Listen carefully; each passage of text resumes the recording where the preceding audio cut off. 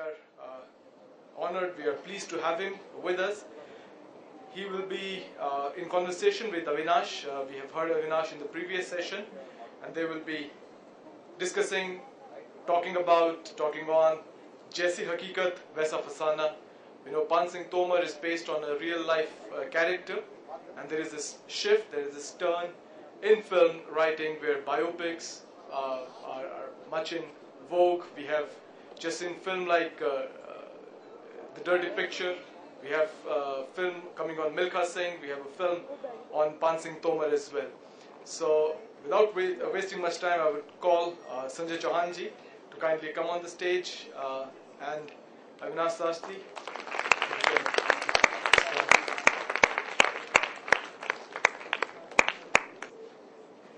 बात सिनेमा की हो रही है और लाइट नहीं है, so can we have some light here on the stage? Okay. Matinee show का अंधेरा है. मैटनी शो का अंधेरा है और मजेदार होने वाला है. So it's over to you, Sanjay Chauhan ji and Avinash ji. नहीं आप बिल्कुल. आप सबको बहुत बहुत शुक्रिया चंडीगढ़ लिटरेरी फेस्टिवल के दोस्तों का. सबसे ज़्यादा शुक्रिया रमन बेटा, please stand up. Thank you so much for receiving me. Thank you so much. It's my honour.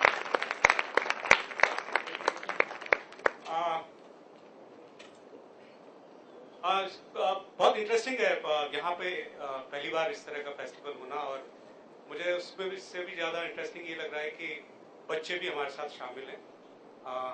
आप लोग में से पता नहीं कितने लोग स्क्रिप्ट राइटर बनना चाहेंगे, राइटर बनना चाहेंगे, थिएटर में जाना चाहेंगे या कुछ और करना चाहेंगे, या बोर हो रहे होंगे, लेकिन बैठना पड़ेगा आपको, जा नहीं सकते हैं, इंस्ट्रक्शंस हैं.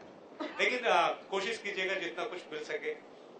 और मुझे पता नहीं मेरे से बातचीत करके आप लोगों को कुछ मिलेगा या नहीं मिलेगा. मुझे आप लोगों से मिलकर बहुत अच्छा लग रहा है. बस मैं ये कहना चाह रहा हूँ. Thank you.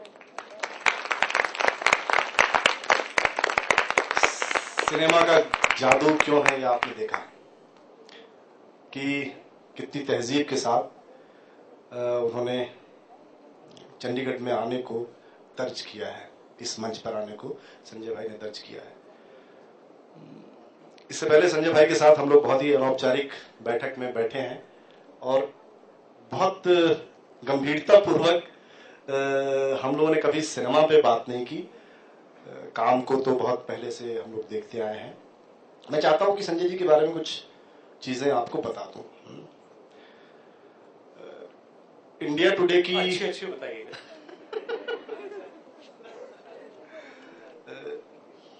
संजय जी की शुरुआत दरअसल शब्दों की दुनिया से हुई है और मुंबई में भी इन्होंने उसी दुनिया में अपनी जगह बनाई है. ये एक बहुत अच्छी बात है. इंडिया टुडे की साहित्य वार्षिकी ने 90 के शुरुआती दशक में बहुत धूम मचाया था. चूंकि ये साहित्यिक सम्मेलन है, इसलिए मैं ये सूचना देना चाह रहा हूं कि उस इनिशिएटिव की शुरुआत संजय चौहान और अशोक कुमार जी ने की थी. अशोक कुमार अभी हाल तक इंडिया टुडे के हिस्सा रहे, लेकिन अपनी बेचैनियों के चलते जो है संजय चौहान उस सरहद से बाहर गए और दृश्य और आवाज की दुनिया में जो है उन्होंने अपना काम करना शुरू किया. मुझे लगता है कि आप कहानियों से बहुत गुजरे. उस जमाने में बहुत सारी कहानियां आपने पढ़ी. उन कहानियों को पढ़ते हुए और बाद में जो सिनेमा के लिए आपने कहानी रची, उन कहानियों को बुनते हुए क्या फासला लगा कि साहित्य की दुनिया में वो कहानियां किस तरीके से कही जाती हैं और सिनेमा की दुनिया में वो कहानियां कैसे कही जाती है? दोनों का फर्क क्या होता है दरअसल? सिनेमा जो है मूल रूप से कॉमर्स है और उसकी शर्तें बहुत बाजार की शर्तें होती हैं. और इसलिए अगर मैं उनसे कहूं कि मेरे पास कफन कहानी है प्रेमचंद की और उस पर मैं फिल्म बनाना चाहता हूं, तो वो मुझे मार के भगा देगा. वो मुझे बिल्कुल एंटरटेन नहीं करेगा. उसको कहेगा कि इस तरह की कहानियां कौन देखना चाहेगा, कौन इस पर फिल्म बनाएगा, कौन पैसे खर्च करेगा. मैं कॉमर्स के बारे में थोड़ा सा आपको बता दूं. मेरे मामा ससुर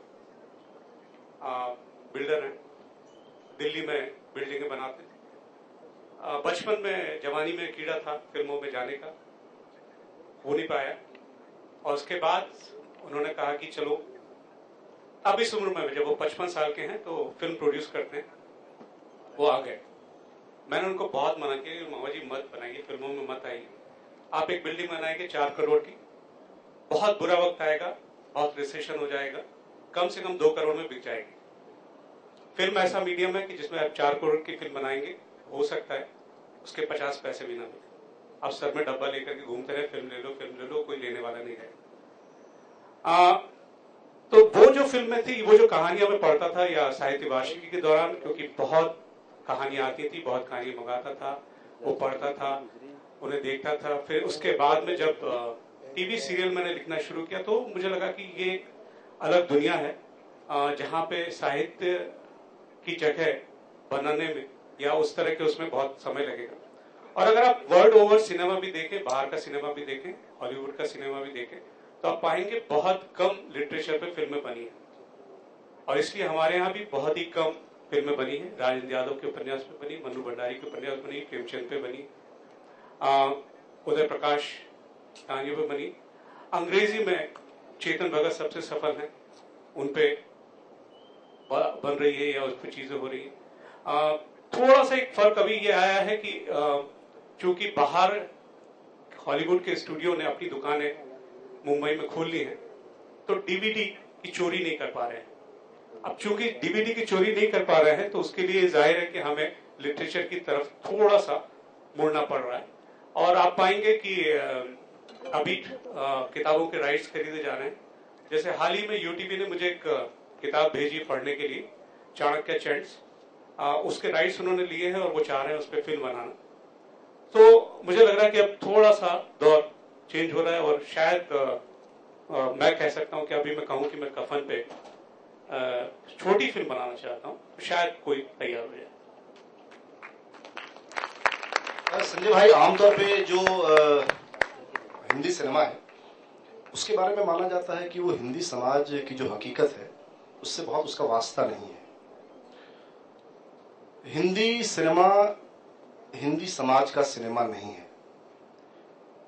एक पूरा दौर बीच में रहा जब वो अजीब किस्म की कहानियां बार बार सिनेमा में दोहराई गई। उसमें बहुत ज्यादा वैरायटी नहीं है, बहुत ज्यादा लेयर्स नहीं है। तो उस दौर में आपने सिनेमा की दुनिया में जो है वो प्रवेश किया, तो आपको अपने लिए अपनी कहानियों के हिसाब से जगह बनाने में कितनी जद्दोजहद करनी पड़ी, उसकी कहानियां जरा बताइए। बहुत ही पर्सनल इंसिडेंट मैं आपके साथ शेयर करना चाहता हूँ। आप में से कुछ लोग जब बॉम्बे आएंगे या स्क्रिप्ट राइटिंग में उतरेंगे या कुछ इस तरह की चीजें होंगी, तो ये कुछ अनुभव आपके काम में आएंगे, थोड़े खट्टे मीठे मजेदार भी होंगे। जब मैंने तय किया, मैं टीवी सीरियल लिखता था और अच्छे खासे पैसे उसमें कमाता था, लेकिन वो लिखते लिखते मुझे लगा कि मैं बहुत ही महान लेखक हो चुका हूँ। वो इसलिए क्योंकि रात में वो आपको सीन भेजते हैं। टीवी सीरियल का लिखने का तरीका ये होता है कि रात दिन में चैनल पढ़ता है, शाम तक के अप्रूव करता है एपिसोड, और फिर डायलॉग राइटर के पास में आता है, मैं डायलॉग लिखता था। रात के टाइम वो आते हैं और उसमें आपको बताया जाता है कि ये 12 सीन शूट होने हैं, कल सुबह 9 बजे की शिफ्ट है। अब आपको सुबह 9 बजे तक के वो डायलॉग भेजने हैं 12 सीन, तो आप पूरी रात लिखते हैं। पूरी रात लिखने के बाद में आप भेज देते हैं, जेरोक्स कर फैक्स कर देते हैं या मेल कर देते हैं, वहां पे वो उतारते हैं सेट पे ही, उसके प्रिंट आउट निकले जाते हैं, एक्टर्स को दिए जाते हैं, एक्टर्स पढ़ते हैं, रिहर्सल होती है और शॉट शुरू, और उसके बाद कैमरा अपना काम करता है, शक शक शक शक शक शक खत्म। तो उसका कॉमा तक के आपका चेंज नहीं होता। तो मुझे ऐसा भ्रम होने लगा था कि यार मैं बहुत इतना महान लेखक हूं कि मैं जो लिखता हूं वैसा का वैसी शाम को मैं देख भी लेता हूं। तो मुझे डर लगने लगा कि मैंने कहा ये अगर हुआ तो बहुत दिक्कत हो जाएगी, तो अभी इससे छोड़ा जाए। और फिर फिल्म की तरफ मैंने रुख किया। तो जाहिर है वो जद्दोजहद में आर्थिक रूप से तंगियां आनी शुरू हुई। धूप पहली फिल्म थी, बहुत कम बजट में हम लोगों ने बनाई थी, बहुत शिद्दत से बनाई थी वो फिल्म, और जाहिर है कि कॉमर्शियली वो चली नहीं तो उसका कोई फायदा नहीं हुआ आगे उस तरह की चीजें। उस दौर में मैंने एक डीवीडी फिल्म लिखने को मिली, पैसे की जरूरत थी, मैंने वो फिल्म लिखी और उसके बाद मुझे बहुत खराब लगा और मुझे लगा यार ये मैं क्या कर रहा हूं, मैं ये करने तो नहीं आया था यहाँ पे, मैं तो अपनी कहानी कहना चाहता हूँ, मैं अपनी तरह की फिल्में कहना चाहता हूँ या कम से कम कुछ ओरिजिनल तो मैं कहूँ, मैं पैसे के लिए बहुत गलत कर रहा हूँ। वो दौर था, उस दौर में मेरे पास मेरे जो मकान मालिक हैं वो दिल्ली के थे, तो वो थोड़े बहुत दोस्त हो चुके थे मेरे पास बैंक में उस टाइम पे इतने पैसे थे जितना खाता चालू रखने के लिए होते हैं। 3 महीने का किराया उधार था, बाकी बकाया था मेरे ऊपर। मुझे एक डायरेक्टर दोस्त का फोन आता है, संजय कहाँ हो, तुरंत चले आओ। मैं सेल फोन आ चुके थे, मैं बाथरूम में था और मैंने कहा मैं एक मीटिंग में हूं, 1 घंटे बाद फोन करता हूं। बॉम्बे में ऐसा बोलना पड़ता है क्योंकि अगर आप ये बोले कि आप फ्री हैं तो उनको लगता है साले के पास काम नहीं है।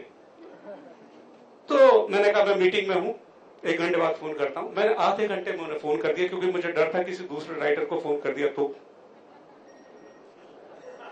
तो आधे घंटे में मैंने फोन किया, मैंने कहा मैं फ्री हो गया बिल्कुल, मीटिंग खत्म हो गई, मैं फ्री हूं। तो उसने कहा तुरंत आ जाओ, एक फिल्म है लिखनी है, पैसे फटाफट मिल जाएंगे। मेरे को लगा भगवान है, मैं आस्तिक हो गया। मैं दफ्तर पहुंचा, बहुत ही बढ़िया माहौल, बहुत ही खुशनुमा माहौल, प्रोड्यूसर गदगद, डायरेक्टर गदगद, गले मिला जा रहा है, पप्पियां जप्पियां हो रही हैं। और उसके बाद उन्होंने कहा कि स्टोरी स्क्रीन प्ले रेडी है, बस डायलॉग लिखने आपको। अरे मैंने कहा बस करो भैया, बिल्कुल, अब पैसे की बात भी कर लो आप। वो बात नहीं हुई, लेकिन मैंने कहा कि मुझे ये उम्मीद थी कि बस काम आ गया तो पैसे भी आ ही जाएंगे। प्रोड्यूसर ने दराज खोला अपनी टेबल का, मुझे लगा चेक बुक निकाल रहा है या कैश तो निकाल देगा। उसने एक लिफाफा लेकर के मेरे हाथ में दिया, मैंने लिफाफे को थामा, अंदर डीवीडी था। मैंने कहा अरे यार ये क्या है यार। मैंने डीवीडी खोल के देखा, वो life is beautiful, life is beautiful थी, Oscar winning film, Italian film. अब मेरे को लगा यार ये काम तो मेरे को करना नहीं है, तो अब मैं क्या करूं। और फिल्म इंडस्ट्री जो है फैमिली है, यहां परिवार को नाराज नहीं करते, तो मुंह पे नानी बोलते हैं। सो मैंने कहा कि सर मैंने ये फिल्म है ना देखी नहीं है। तो मैंने कहा पागल हो, बेवकूफ इंसान हो, कैसे राइटर हो, इतनी बड़ी फिल्म नहीं देखी, ऑस्कर विनिंग फिल्म है।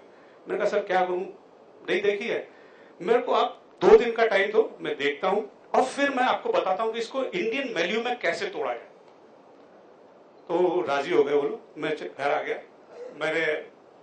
मेरी पार्टनर जो है वो पेंटर है, मैंने उससे कहा यार ये पंगा है, पैसे मिल जाएंगे, किराया चुक जाएगा, लेकिन है ना दिल में बहुत बोझ रहेगा। तो उसने कहा ये तुम्हारी प्रॉब्लम है यार, मेरी प्रॉब्लम नहीं, तुमने तय किया राइटिंग करना, तुमको करना है करो, नहीं करना मत करो, खत्म किस्सा। So I just hugged her, she give me the kind of support and I said कि अब मैं मना कर दूंगा किसी भी तरीके से कि सर मेरे से टूट नहीं रही फिल्म, कुछ नहीं हो रहा, कुछ बहाना बना दूंगा। मुझे नेक्स्ट डे ही फोन आ गया। इस बार मैं गया हूं तो माहौल पूरा उल्टा, सब गुस्से से माँ बहन की गालियां चल रही इधर उधर हवा में। अब मेरे को लगा यार इन लोगों ने साला ना कहीं मेरी मन की बात तो नहीं पढ़ ली।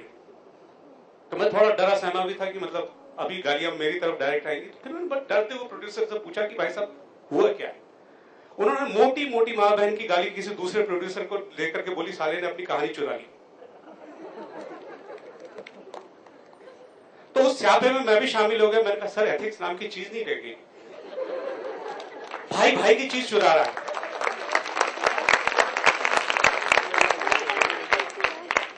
तो ऐसे अनुभव आपको मिलेंगे। मेरा एक दोस्त है सौरभ शुक्ला, वो राइटर है। तो ये भी एक अनुभव होता है कि आपको जब नरेशन देने जाना पड़ता है तो बहुत सारे लोग बैठे रहते हैं, एक्टर एक्ट्रेस, कई बार प्रोड्यूसर, डायरेक्टर, कई बार उनकी धर्मपत्नियां भी क्रिएटिव इनपुट के लिए बैठी रहती हैं। तो भाभी जी, सौरभ शुक्ला ने स्क्रिप्ट, गैंगस्टर फिल्म थी, स्क्रिप्ट बेचारे ने 4-5 पेज पढ़े होंगे। भाभी जी ने कहा गॉडफादर, मैंने कहा नहीं जी। फिर 4-5 पेज पढ़े गुडफेलास, नहीं जी। फिर 4-5 पेज पढ़े once upon a time in America, कहा नहीं जी। उन्होंने कहा फिर की है? बोले जी गॉडफादर है बहू के पॉइंट ऑफ व्यू से। बोले ये बहुत नहीं है, अच्छी लग रही है। तो ये सब भी आपको झेलना पड़ता है। तो बहुत गंभीर जगह है मुंबई फिल्म इंडस्ट्री। वेलकम। इस गंभीर जगह में आपने अपनी हास्यास्पद जगह कैसे बना ली, ये तो बताया नहीं आपने। नहीं, मुझे लगता है कि अब मुझे ये नहीं समझ में आ रहा कि हास्यास्पद से आपका क्या मतलब तो इसे थोड़ा एलोबरेट कर दीजिए। मेरे ये कहने का मतलब है कि मैं मतलब थोड़ा और अच्छे से इस सवाल को कह रहा हूं कि आपने एक फिल्म की स्क्रिप्ट लिखी थी, मैंने गांधी को नहीं मारा, माइंड ब्लोइंग फिल्म थी वो, और उस फिल्म का आइडिया जानू बरुआ लेकर के आए थे। लेकिन मुझे जहां तक पता है कि उस कहानी से आप इत्तेफाक नहीं कर रहे थे और अपने तरीके से उसको बुनना चाह रहे थे और आपको इसकी इजाजत मिली। उसके बाद उसके एक्टर प्रोड्यूसर ने अपने तरीके से कहानी को चेंज करना चाहा। तो एक राइटर जो है वो इतने तरह के दबावों के बीच एक अच्छी चीज कैसे निकाल पाता है, मैं ये जानना चाहूंगा। ये जयदीप का मुझे फोन आया था। जयदीप साहनी राइटर है, चक दे इंडिया, आप बच्चों ने देखी होगी उनकी फिल्म, बहुत बढ़िया राइटर है। मैं बहुत प्यार करता हूं उनको और उनकी राइटिंग की बहुत कदर करता हूं। जयदीप का मुझे फोन आया था। उन्होंने कहा जयदीप ने मुझे बताया कि अनुपम एक फिल्म करना चाह रहे हैं और मैं नहीं लिख पाऊंगा क्योंकि मैं उस टाइम वो बंटी बबली या किस फिल्म के उसमें लगे हुए थे या चक दे की रिसर्च के उसमें ही लगे हुए थे शायद। तो बोले वो मैं कर नहीं पा रहा हूँ और तुम कर दो यार, क्योंकि वो सब्जेक्ट बहुत प्यारा है, बहुत अच्छा है और तुम बहुत बढ़िया तरीके से कर लोगे। सो मेरी अनुपम से मीटिंग हुई और एक स्क्रिप्ट का एक ड्राफ्ट रेडी था जो जानू बरुआ ने लिखा था। उसकी कहानी का जो मूल था वो मुझे बहुत अच्छा लगा था, लेकिन स्क्रिप्ट मुझे अच्छी नहीं लगी। सो अनुपम से मैंने कहा यार मैं नए सिरे से इसका स्क्रीन पे डायलॉग लिखूंगा कहानी की मूल आत्मा को बचाते हुए। सो मैंने कहा लेकिन मैं उसके पहले जानू बरुआ से मिलना चाहूंगा और उनकी इजाजत लेना चाहूंगा, बगैर उनके एनओसी के मैं नहीं लिखूंगा। तो उसने कहा यार वो एनओसी मिल जाएगा तो लिखना शुरू करता है। मैंने कहा नहीं, वो एथिकली सही नहीं होगा, मेरे को बुलवा दीजिए। मैं जानू से मिला, पहली मुलाकात थी मेरी और बहुत ही भले, बहुत ही बेहतरीन, बहुत सुलझे हुए इंसान है, फिल्मकार तो बहुत अच्छे हैं ही वो। मैंने उनको बताया तो उन्होंने कहा क्या क्या तुम्हें लग रहा है। तो फिर मैंने उनको डिटेल में बताया कि ये चीजें मुझे गड़बड़ लग रही है स्क्रिप्ट में और इसलिए मैं नए सिरे से लिखना चाहता हूँ। तो ये उनका बड़प्पन है जानू बरुआ का कि उन्होंने मुझे इस बात की इजाजत दी कि आप बिल्कुल चेंज करना चाहे, जैसे चेंज करना चाहे कर दी। वो मैंने शुरू किया उस तरह से करके और लगभग आखिरी का हिस्सा थोड़ा सा गड़बड़ हो रहा था, समझ में नहीं आ रहा था कि गांधी को खत्म कहां पे करें, गांधी कहां पे है। आदित्य चोपड़ा भी इन्वॉल्व थे उस प्रोजेक्ट में एक तरह से, बिकॉज वो डिस्ट्रीब्यूट कर रहे थे उस फिल्म को। महेश भट्ट भी इन्वॉल्व थे क्योंकि अनुपम उनके बहुत अच्छे दोस्त हैं।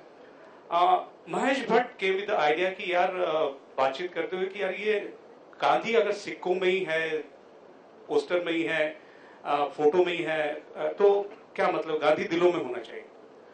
It became our speech at the and.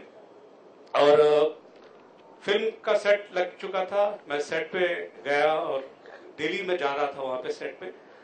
एक पर्टिकुलर सीन चल रहा था जिसमें उर्मिला ने सीन को चेंज किया और अनुपम ने इजाजत दी, बिकॉज अनुपम उसके प्रोड्यूसर भी थे।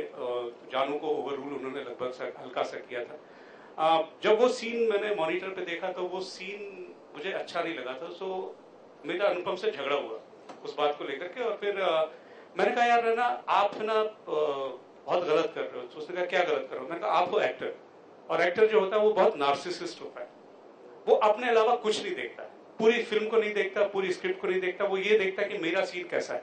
मैंने कहा ये सीन उर्मिला ने बहुत बढ़िया किया और बहुत ही अच्छा लग रहा है, बट ये सीन, पूरे सीन की ग्राफ अगर श्रृंखला आप देखोगे, पूरे मोती के बीच में एक अचानक इतना बड़ा सॉलिटेयर आप डाल रहे हो, सो वो बहुत भद्दा सा लगेगा, पूरी सिमेट्री आप गड़बड़ करोगे, तो आप प्लीज सीन को चेंज करो। And it was greatness of Anupam Kher. He said कि ओके, लेकिन उसके लिए फिर तुम्हें यहीं पे रहना पड़ेगा। मैंने कहा मैं रहूंगा, 30 दिन रहूंगा सेट पे। सो ये गेव मी अ रूम और पूरे टाइम ये था कि अगर किसी भी सीन में कुछ चेंजेस होंगे तो वो मेरी परमिशन के साथ में होंगे, मैं वहां पे रहूंगा, हम लोग मिलकर के बहस करेंगे बाकायदा। जिसका लॉजिक सही होगा उस लॉजिक को फिल्म के लॉजिक के हिसाब से जोड़ करके हम वहीं पे रिराइट भी हल्का सा अगर करना पड़ा तो करेंगे। और वी वर्क लाइक दैट। सो जाहिर है कि कई बार आपको स्टैंड लेना पड़ता है और उसके नुकसान भी हैं। उसके नुकसान ये भी है कि हो सकता है अनुपम खेर कहता है कि तुम्हारी यहाँ पे जरूरत नहीं, निकल जाओ यहाँ से, रेडियो में मेरा नाम नहीं जाता। बहुत सारी चीज होती, कहानी वो अपने हिसाब से चेंज कर लेते, कुछ हो सकता है वो कहानी बहुत बेहतर हो जाती, हो सकता है कहानी बहुत खराब हो जाती।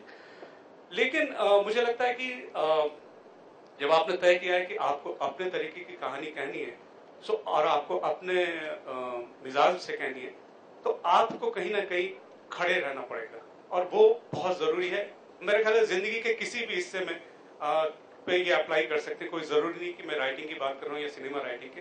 मुझे लगता है कि वो खड़े रहने वाले के लिए जरूरी है कि आप अपने मुद्दे, अपने विश्वास, अपने वैल्यू पे रहे, तो चीजें फिर अपने आप बेहतर होने लग जाती है। शायद पान सिंह तोमर तक हम आएंगे और उसके माइक्रो डिटेल्स पे बात करेंगे। उससे पहले मैं जानना चाहता हूँ, जो आपने धूप की चर्चा की, आपने मतलब मैंने गांधी को नहीं मारा की चर्चा हो गई और पान सिंह तोमर, ये इन तीनों फिल्मों को अगर हम देखते हैं तो एक बायोग्राफिकल, ऑटोबायोग्राफिकल टच है। इस तरह की फिल्में बनाने का रिवाज जो है उस हिंदी में रहा नहीं है। तो मतलब बायोग्राफी और ऑटोबायोग्राफी को सिनेमा फिक्शन में ढालने का इरादा आपके मन में कैसे आया और कैसे आपने पूरी इंडस्ट्री में कुछ लोगों को कन्विंस किया कि यार इस रास्ते पे चलते हैं, जरा सिनेमा को ले चलते हैं? नहीं, मेरे ख्याल है हम लोगों के बायोपिक बने हैं। पहले संत तुकाराम बायोपिक है, कोटनीस की अमर कहानी, मतलब टुकड़ों टुकड़ों में रिवाज उस तरीके से नहीं है कि बहुत तादाद में बनते हो हमारे यहाँ। हाँ, पर आपकी यात्रा शुरू होती है 90 के दशक से और इस सदी के 12 साल पूरे होते हैं। इस बीच आपकी 3 फिल्में आती है और तीनों जो है बहुत सारी फिल्मों के बीच में ये बैक टू बैक बायोग्राफिकल तरीके से आती है। जी, है ना? मैं ये कह रहा हूँ कि ये जो एक जल्दी जल्दी का मामला है वो आपने कैसे कवर किया? नहीं, मुझे लगता मैं क्यों किया? खुशकिस्मत रहा हूँ कि मुझे ऐसे मौके मिले। धूप मेरे दिल के बहुत करीब थी। मिस्टर एस के नैयर ने जिस तरह से एनडीटीवी में इंटरव्यू देते हुए कहा था, वो अपने आप में इतना टचिंग था कि आप रो सकते थे, आप रो पड़ते थे। मैं रोया था और मुझे लगा कि ऐसा कैसे हो सकता है कि जिसका बेटा कारगिल में शहीद हुआ हो, उसको पेट्रोल पंप के लिए उससे घूस मांगी जा रही है और फिर वो लड़ा है और पीएम तक के वो पहुंचा है और फिर उसने अपने हक हासिल किया है।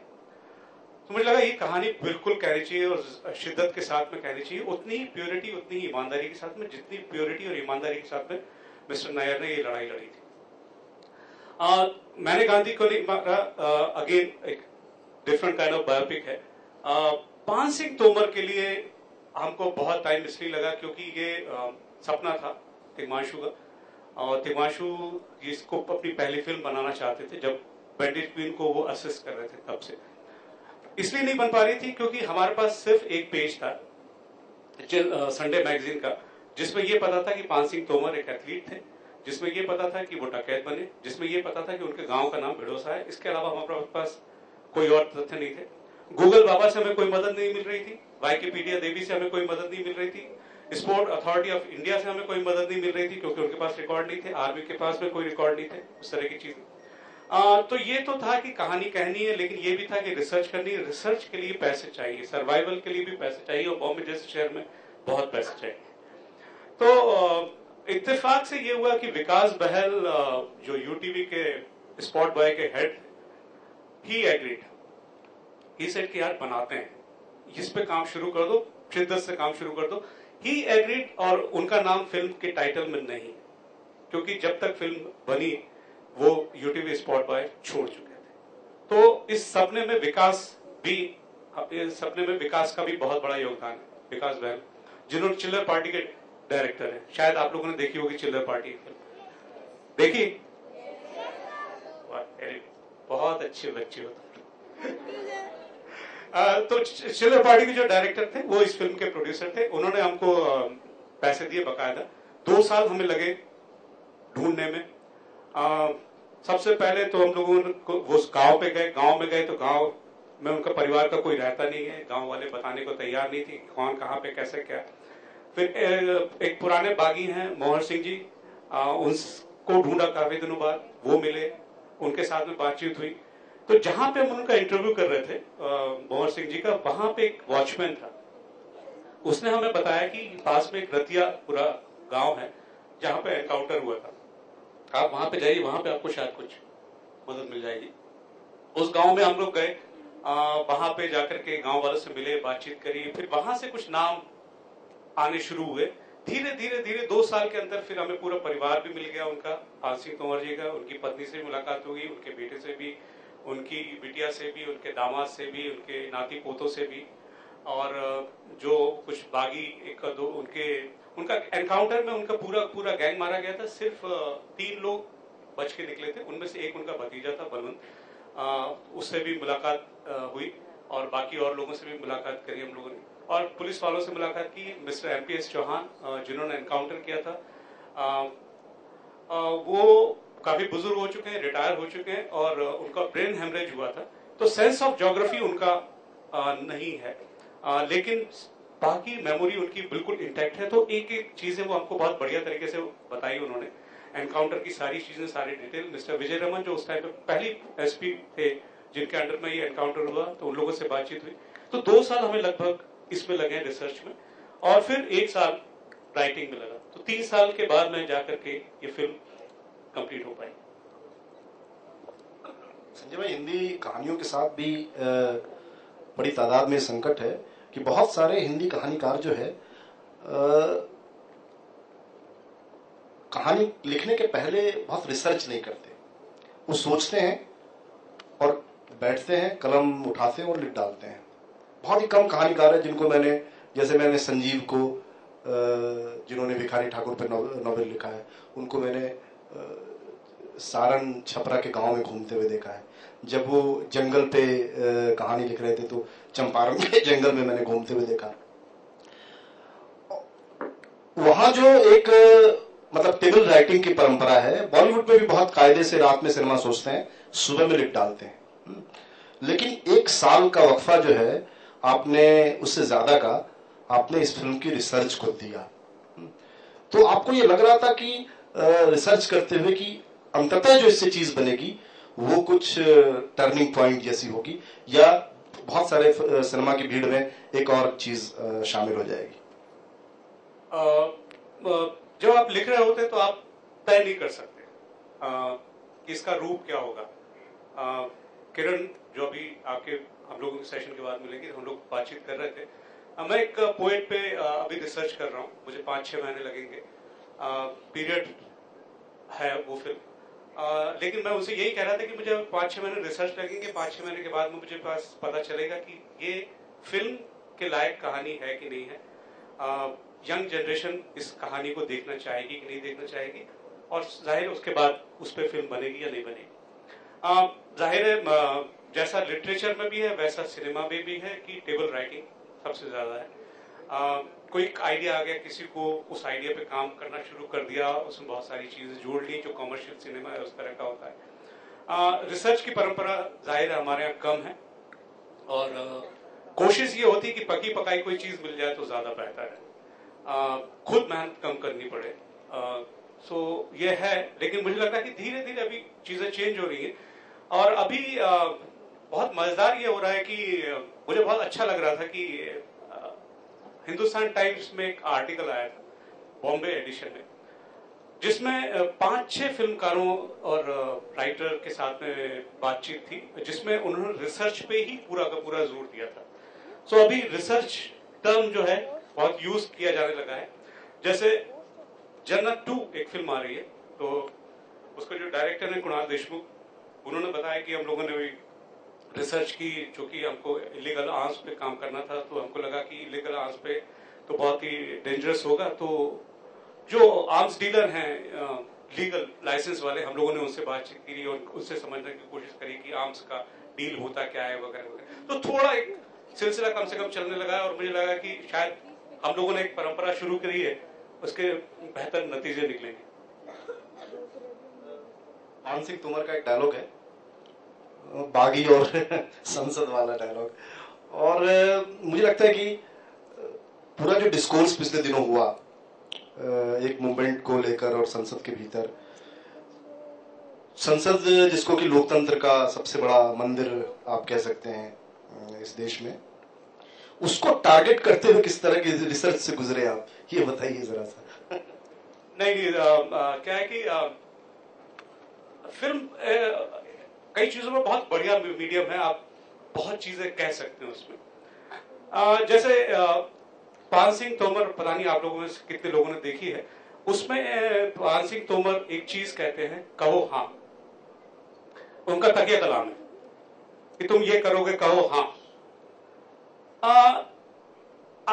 आपकी जिंदगी इतनी कलरफुल और इतनी हिस्सों से गुजरती है। मैं आप लोगों से, बच्चों आप लोगों से खासकर कहना चाहता हूं, ये ऑब्जर्व करके रखिएगा, कई बार बहुत काम में आता है।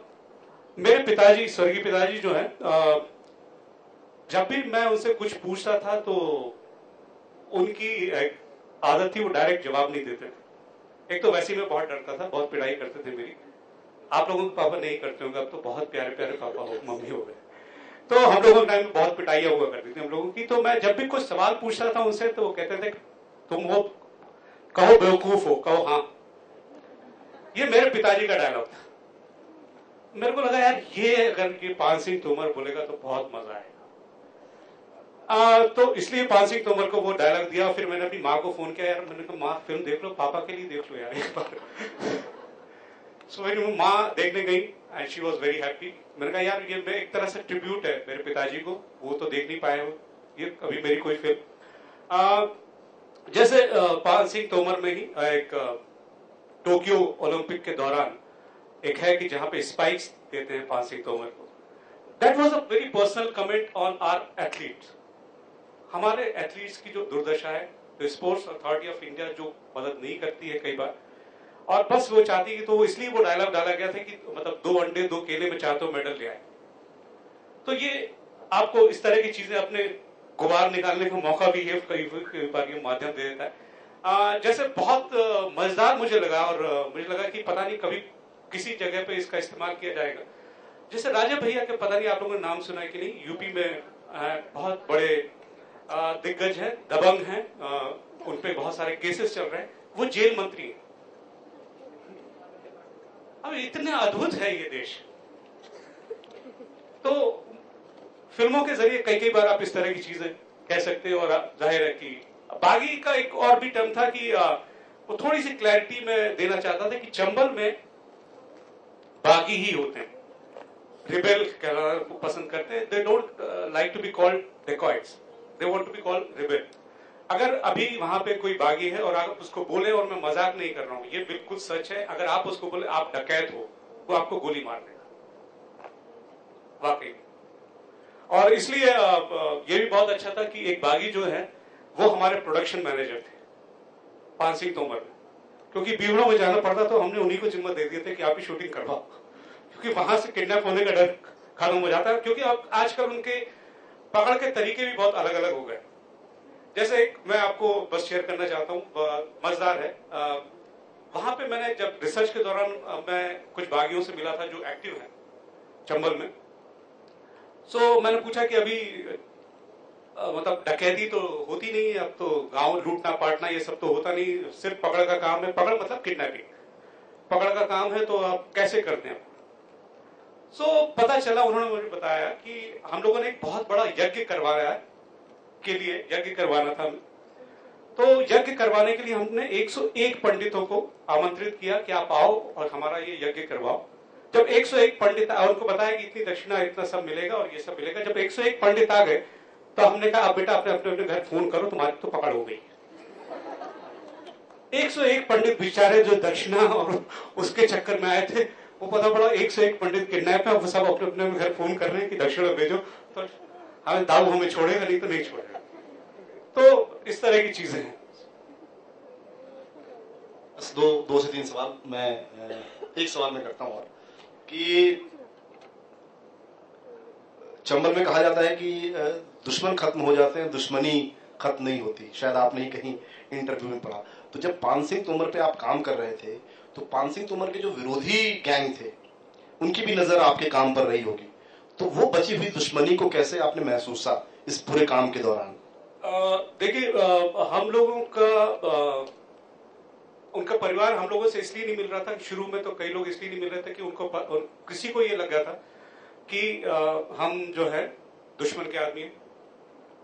परिवार के कुछ हिस्सों को लगा हम पुलिस के आदमी हैं जो उनको पकड़ के मार डालेंगे।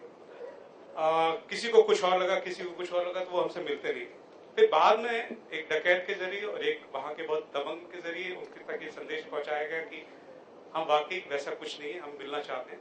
तो फिर जब मुलाकात होती थी तो मुलाकात एक जगह पे नहीं होती थी। कई बार ये होता था कि बीहड़ में किसी एक जगह पे मुलाकात हुई, फिर दूसरी बार उसी जगह पे बुलाते थे, लेकिन वहां पे वो नहीं आते थे, फिर अलग और जाकर मिलना पड़ता था। हर बार अलग अलग तरीके से जाके मिलना पड़ता। सबसे आखिरी में जाकर के जब उनका पूरा विश्वास जीत लिया, तब पान सिंह तोमर की पत्नी से मुलाकात उनके घर में बबीना में पहली बार हुई। उसके पहले वो कभी मिले नहीं। इसके लिए मैं सवाल खोलूं उससे पहले मैं पूछना चाह रहा हूं कि ये फिल्म जो है पान सिंह तोमर, उसकी जबान हिंदी नहीं है, उसकी जबान चंबल की जबान है। वो तो ये जबान को पूरी फिल्म में किसने तय किया और कैसे आपने तय किया कि सिनेमा को बियॉन्ड मध्य प्रदेश आप ले जाएंगे, वहां पे भी ये सिनेमा जो है वो देखा जाएगा, एस्टैब्लिश होगा, वो कम्युनिकेट होगा। ये कौन सा संघर्ष रहा आपकी यूनिट के भीतर का? देखिए बहुत इंटरेस्टिंग है क्योंकि मैं भोपाल से हूँ और ग्वालियर मेरे दोस्त सोच रहे हैं, चंबल मेरा देखा भाला रहा है, भाषा मुझे पता है, बुंदेली डायलेक्ट है उस एरिया का, जो शिवपुरी से लेकर के इटावा तक बोली जाती। ग्वालियर, भिंड, मुरैना, शिवपुरी, दतिया, झांसी, यहाँ पे ये बोली जाती बुंदेलखंडी। उसके आगे सागर से आगे जाकर निकल के बघेलखंडी हो जाती। तो ये बोली मुझे पता थी और मुझे लगा कि इसी जुबान में आप कहानी कह रहे हो, इसी जुबान में आपको कहानी बोलनी भी चाहिए। तो पूरी जिद के साथ में मैंने कहा ये बुंदेली में होगी। थोड़ा प्रेशर आया यूटीवी की तरफ से कि आप ना इसका थोड़ा हिंदी कर दो और बुंदेली का टच डाल दो, तड़का मार दो, जो टर्म होता है हमारे वहां पे मुंबई या फिल्म भाषा में, क्या वहां का टच दे दो। हीर रांझा कह रहे हो ना, पंजाबी का टच दे दो, है ना, पंजाबी मत बुलवाना उनसे। अब आप लोग हीर रांझा जो है वो पता नहीं कौन सी जुबान बोलेगा, क्या करेगा। तो उस तरह से उन्होंने कहा कि आप बुंदेली मत करो। और फिर उसके बाद उन्होंने कहा कि हमने एक सर्वे कराया यूथ के बीच में, और उसके बाद उससे हमें पता चला कि वो समझ नहीं पाएंगे, तो यूथ फिर कैसे आएगा हमारे पास। तो ये एक और तरीका था प्रेशर का।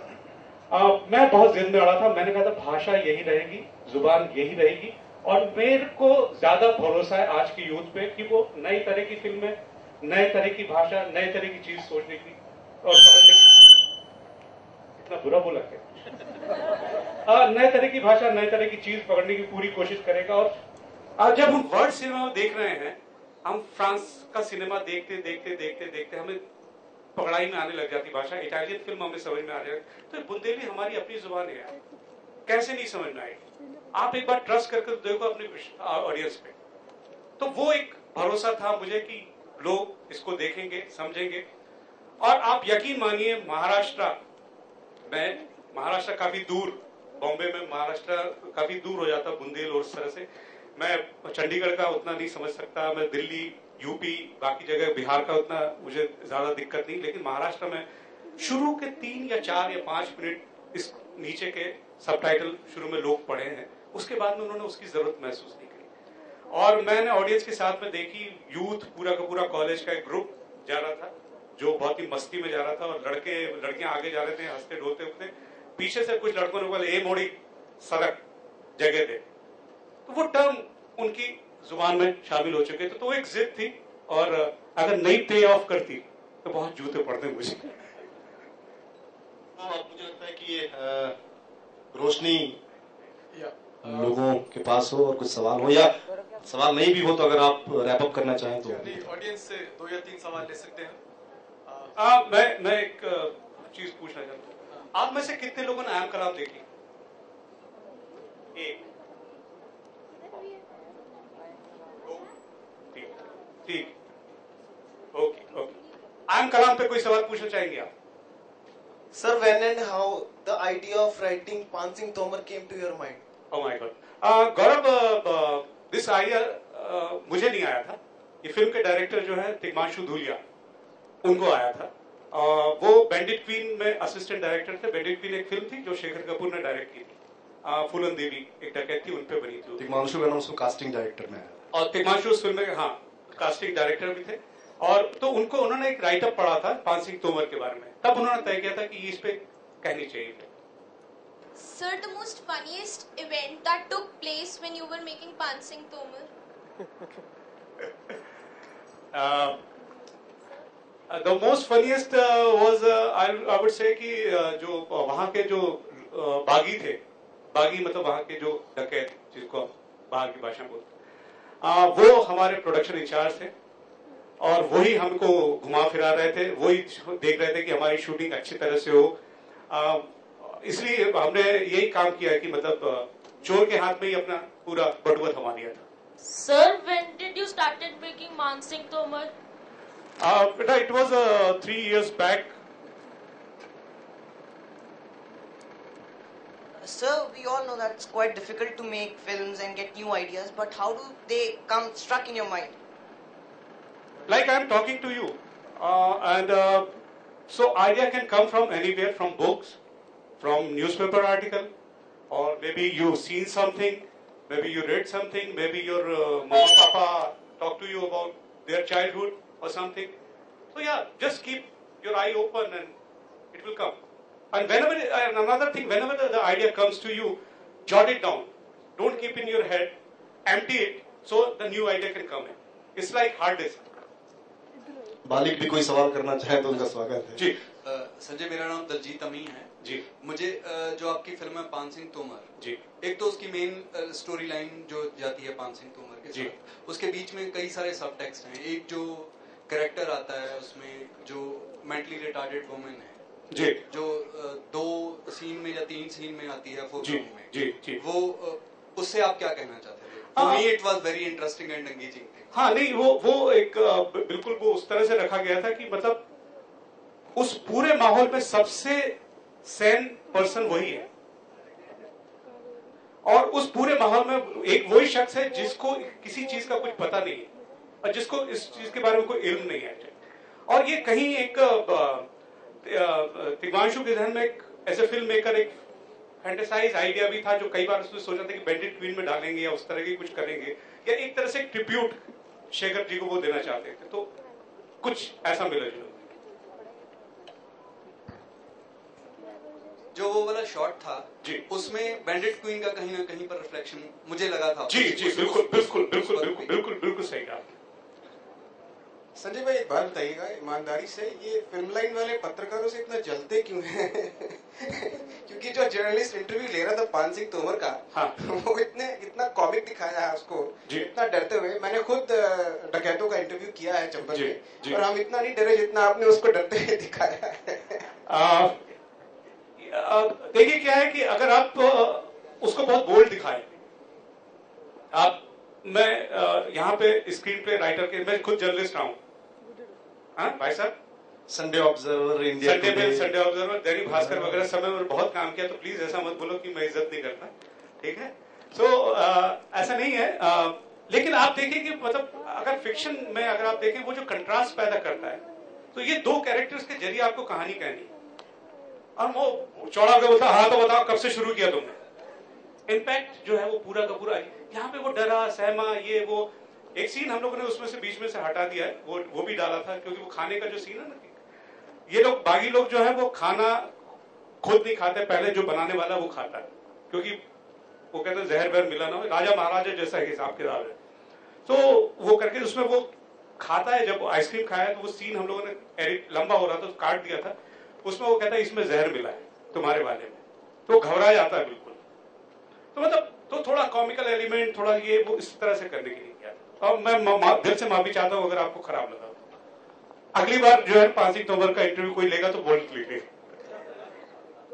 जी, फर्स्ट ऑफ ऑल बहुत बहुत शुक्रिया पान सिंह तोमर के लिए कि मैं इसको कहूंगा कि इंडियन सिनेमा, बॉलीवुड मैं नहीं, बॉलीवुड और इंडियन सिनेमा मैं दोनों अलग अलग देखता हूँ, तो पान सिंह तोमर को मैं इंडियन सिनेमा में गिनूंगा जी। और बहुत बहुत शुक्रिया आपकी राइटिंग के लिए, तिग्मांशु की डायरेक्शन के लिए और इरफान की एक्टिंग के लिए जी। तो मुझे लगता है ये तीनों मिला के एक अच्छी फिल्म आई है। तो मैं 5 बार देख चुका हूँ और 1 बार सुन चुका हूँ मैं सिर्फ डायलॉग सुने थे, तो ऑडियो सुना था। तो जब राइटर लिखता है तो लिखते वक्त भी वो पूरी एक फिल्म डायरेक्ट कर देता है, उसके इमेजिनेशन में पूरी एक फिल्म बन जाती है। तो जितनी भी फिल्में आपने लिखी, आपने लिखते वक्त वो सारी फिल्में देखी इमेजिनेशन में, तो जब वो स्क्रीन पर आई तो आपको क्या महसूस हुआ? जो आपने इमेजिन किया था, क्या उसके साथ उन्होंने जस्टिस किया? एक्टर्स ने, डायरेक्टर ने, सिनेमेटोग्राफर ने, एडिटर ने, सब ने। तो किस फिल्म के साथ कैसा आपका एक्सपीरियंस था? नहीं, मतलब देखिए मैं ऐसा मानता हूँ कि बहुत शिद्दत से मानता हूँ और पूरी विनम्रता ईमानदारी से मानता हूँ। टेलीविजन जो है वो राइटर का मीडियम है, थिएटर जो है वो एक्टर का मीडियम है, फिल्म जो है वो डायरेक्टर का मीडियम है। मतलब यह है कि आप जब देखते हैं तो आपको डायरेक्टर पे ट्रस्ट होना भी बहुत जरूरी है। और चूंकि मेरी और तिग्मांशु की एक अलग किस्म की ट्यूनिंग है, वो एक अलग मसला है। अलग अलग डायरेक्टर के साथ में अलग अलग सबका रहता है। आप लिखते हैं, आप देखते हैं और कई बार आपको लगता है कि नहीं गड़बड़ हो गया। जैसे मैं पान सिंह तोमर का जिक्र कर रहा हूँ, मैंने और तिग्मांशु ने जिस अंदाज में वो सीन लिखा था वैसा ही वो सीन शूट हुआ है, लेकिन कहीं कुछ गड़बड़ हो गई। जैसे जब पान सिंह तोमर के एनकाउंटर के पहले जिस गांव में जाते हैं तो भैंस के ऊपर एक नाटा आदमी, गंजा आदमी बैठा हुआ है। ये रियल हुआ क्योंकि एक टिटेरी बोली थी। ये पता है कि जब वो गैंग अंदर जा रहा था गांव में तो टिटेरी बोली थी। टिटेरी बोलने का मतलब अपशकुन है। फिर ये दिख गया था, नाटा आदमी एक बैठा हुआ, वो दिखा था भैंसे के ऊपर। तो उन्होंने कहा ये साक्षात यमराज दिख रहा है, इस गांव में मत रुको, वापस चलो, तो मौत है। वो जब हमने सीन शूट किया वो किया, लेकिन जब सिनेमा में आप देखते हो तो ऑडियंस हंसी थी उससे। That was not our impact. हम चाहते थे कि सेहरन सी आए वहां पे, वो कहीं हमसे मिस हुआ है। हेलो सर, मैं डॉक्टर चावला हूँ, जो बच्चों का स्पेशलिस्ट हूँ। मैं आमतौर पर पूछता हूँ, बच्चे का नाम पूछता हूँ और फर्स्ट करो उसने कहा मेरा नाम हिमांशु है और मैं पूछा बेटा हिमांशु का मतलब क्या होता है जी। सो इसीलिए मेरा क्वेश्चन यही है आपके लिए कि जो पान सिंह तोमर जो नाम है इटसेल्फ, इसका जो कोई मीनिंग आपने अपनी पिक्चर में, अपनी स्टोरी में कुछ उसको कोई ट्रांसलेट किया है? कैसे कुछ उसका बताने को? ये पान सिंह तोमर नहीं। Anyway, thank you. Okay, I know there are a lot of questions. Real character पे फिल्म है। There are a lot of questions. I'll take 2 more. Ma'am here and then the young man. Okay, Sanjay, right now you said that Pan Singh Tomar was not your idea. Okay, sitting over here in your conversation just now, you said that you are quite surprised with Samajwadi putting up Raja Bhaiya as a jail minister. Can we hope to get a good movie from you on this? On this, मैं jail नहीं जाना चाहता, आप मुझे UP जाना बंद करवा देंगे।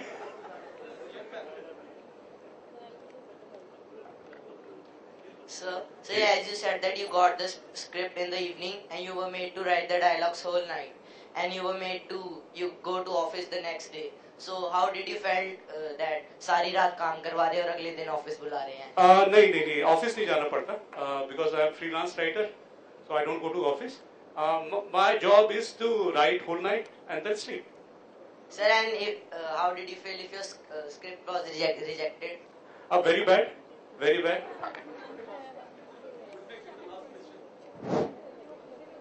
सर गुस्ताखी माफ जी।